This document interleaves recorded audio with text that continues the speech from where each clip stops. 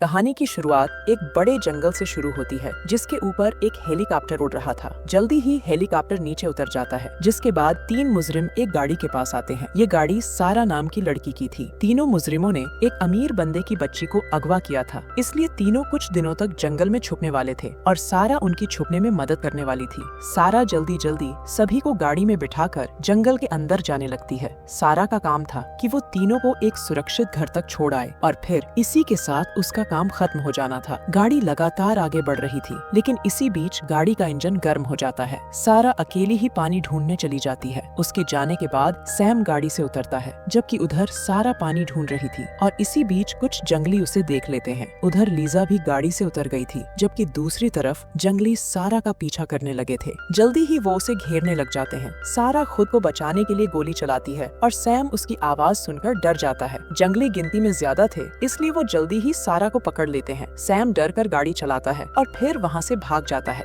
गाड़ी को बंद हुए काफी समय हो गया था, इसलिए उसका इंजन ठंडा हो गया था। कुछ ही देर बाद जंगली सारा को अपने कबीले में ले आते हैं। ये जंगली आदमखोर थे, इसलिए सारा का गोरा बदन देखकर खुश हो गए थे। जल्दी ही इनका सरदार कुछ रिवाज करता है और फिर प्यासे जंगली सारा की गुफा में धमाके करते हैं। धमाकों के बाद सरदार एक छोटे हथियार से सारा को मार देता है। इसके बाद वो एक बड़े हथियार से सारा के टुकड़े टुकड़े कर देता है। सारा के टुकड़े टुकड़े होते ही जंगली उसका मांस खाने लग जाते हैं। इसी जंगल में नॉर्मन नाम का एक बंदा भी रहता था। सैम इसके पास ही आने वाला था और किस्मत से वो नॉर्मन तक पहुंच जाता है। सैम के साथ लीजा थी और उसका दूसरा साथी मैसन भी था। सैम नॉर्मन को बताता है कि मेरा तीसरा साथी जल्दी ही यहाँ पहुँच जाएगा। इसी बीच नॉर्मन की बीवी मारिया भी आकर सभी से मिलती है। कुछ देर बाद मारिया घर के काम कर रही थी। नॉर्मन उसके पास आकर कहता है कि मैं कस्बे तक जाकर आता हूँ। इनके पास मैसन भी बैठा था और वो नॉर्मन को जाते देख लेता है। मारिया ने जल्दी ही घर के काम कर दिए, जिसके बाद वो नहाने लग जाती है। मेसन उसे छुपकर देखने लगा था और वो उसका बदन देखकर गर्म हो जाता है। मारिया के नहाते ही वो उसका पीछा करता है और उसे पकड़कर एक वीरान सी जगह पर ले आता है। इसके बाद वो एक रस्सी की मदद से उसके हाथ एक पेड़ से बांधने लग जाता है। दूसरी तरफ सैम का तीसरा साथी जॉन भी नॉर्मन के घर पहुंच गया था। जॉन दिखने में अच्छा था, इसलिए उसे देखकर लीजा गर्म हो रही थी। उधर मेसन मारिया की इज्जत लूटने लगा था, जबकि दूसरी तरफ जॉन भी लीजा का पानी निकालने लगा था। जल्दी ही मैसन का काम हो जाता है, जिसके बाद वो मारिया को वहीं छोड़कर चला जाता है। मारिया मदद के लिए काफी चिल्लाती है, लेकिन यहाँ आसपास कोई भी उसकी चीखें सुनने वाला नहीं था। थोड़ी देर बाद नॉर्मन घर आकर सैम और लीजा से मारिया के बारे में पूछता है।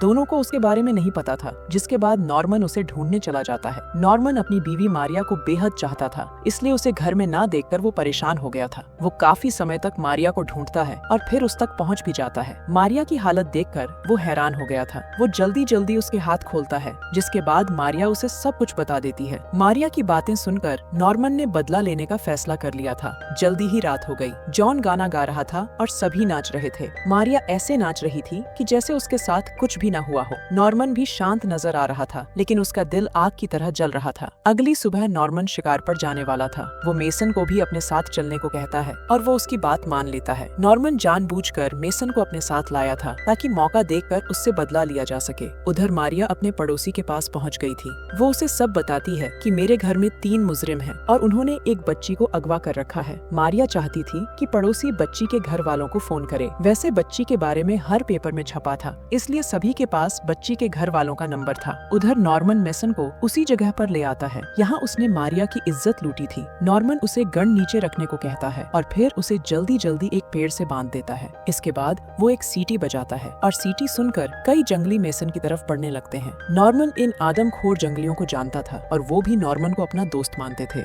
दूसरी तरफ बच्ची के माता पिता काफी उदास नजर आ रहे थे, क्योंकि उन्हें अपनी बच्ची के बारे में कुछ पता नहीं था। बच्ची के बाप का नाम विंस और उसकी माँ का नाम वीना था। इसी बीच कोई विंस को फोन कर उसे बच्ची के बारे में बता देता है। विंस और वीना जल्दी जल्दी जंगल की पुलिस के पास आते हैं। बच्ची जंगल के जिस हिस्से में थी वो दूसरे देश में पड़ता था, इसलिए पुलिस उनकी मदद नहीं कर सकती थी। विंस उन्हें कुछ पैसे देता है, जिसके बाद पुलिस उन्हें बॉर्डर पार करवा देती है। उधर नॉर्मन के घर के बाहर जॉन और लीजा बैठे थे। इसी बीच उनकी नजर एक गाड़ी पर पड़ती है, जिसके बाद वो सैम को बाहर बुलाते हैं। वैसे ये गाड़ी विंस की थी। उसकी गाड़ी को सैम पुलिस की गाड़ी समझता है, जिसके बाद वो सभी बच्ची को लेकर भागने लगते हैं। भागते भागते वो उसी जगह तक पहुंच गए। यहाँ नॉर्मन ने मेसन को बांधा था। सभी के सामने मेसन की बची खुची लाश पड़ी थी। सभी को लगा कि उसे किसी जानवर ने मार दिया, जिसके बाद वो फिर से भागने लगते हैं। उधर विंस और उसके 2 साथी नॉर्मन के घर में आ गए थे। विंस अपने साथ 2 बंदे लाया था ताकि वो उसकी मदद कर सकें। नॉर्मन उन्हें सब कुछ बता देता है, जिसके बाद वो भी विंस की टीम में शामिल होकर बच्ची को ढूंढने लग जाता है। दूसरी तरफ सैम की टीम लगातार चल रही थी और उन्हें कुछ जंगली देख लेते हैं। सैम की टीम को देखकर उनके मुंह में पानी आ गया था। उधर विंस की टीम भी लगातार चल रही थी, क्योंकि वो हर हाल में बच्ची को बचाना चाहते थे।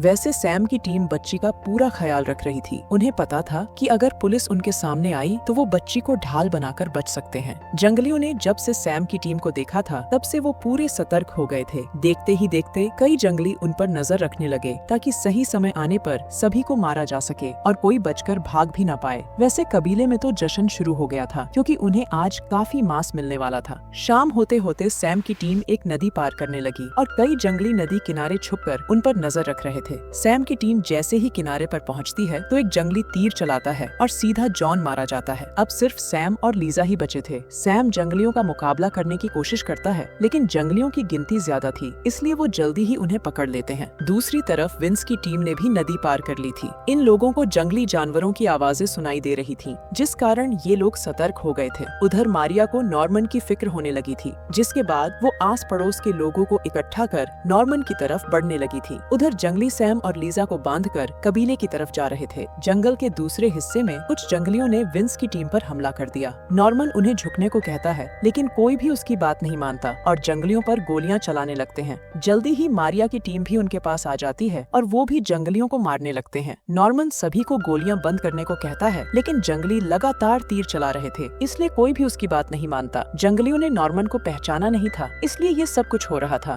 देखते ही देखते बाहरी लोगों ने कई जंगली मार दिए, जिस कारण बचे हुए जंगली भाग जाते हैं। दूसरी तरफ सैम और लीजा कबीले में थे और उन्हें देखकर पूरा कबीला खुश हो गया था। कबीले में आज काफी मांस आ गया था, जिस कारण सभी नाच रहे थे। सैम और लीजा बेहद डरे हुए थे, क्योंकि उन्हें कुछ भी समझ नहीं आ रहा था। जल्दी ही सरदार के इशारे पर प्यासे जंगली लीजा की गुफा पर टूट पड़ते हैं। इसके बाद वो दोनों को बांधकर काफी मारते पीटते हैं। रात होते ही सरदार अपने बंदों से कुछ कहता है, जिसके बाद सैम को उसके पास लाया जाता है। सरदार अब सैम को मारने वाला था। वो इस बार छोटे हथियार से सैम को नहीं मारता, बल्कि बड़े हथियार से ही उसके टुकड़े टुकड़े कर देता है। वैसे भी सैम ऐसी ही मौत का हकदार था, क्योंकि वो साला पैसे मिलते ही बच्ची को मारने वाला था। उसके टुकड़े होते ही सभी उसका मांस खाने लग जाते हैं। अगली सुबह विंस और मारिया की टीम कबीले के पास पहुंच जाती है। इस बार नॉर्मन सभी को पीछे रोकता है और विंस को लेकर सरदार के पास आ जाता है। वो उससे सैम के बारे में पूछता है। सरदार उसे सैम का सिर दिखाकर कहता है कि इस साले को हमने काट दिया था और इसके साथ वाली खुद ही मर गई। नॉर्मन अब उससे बच्ची के बारे में पूछता है। सरदार बताता है कि वो सुरक्षित है, क्योंकि हम बच्चों को नहीं मारते। कहानी के आखिर में विंस को उसकी बेटी मिल जाती है, जिसके बाद सभी कबीले से चले जाते हैं। इसी के साथ इस कहानी का यही अंत हो जाता है।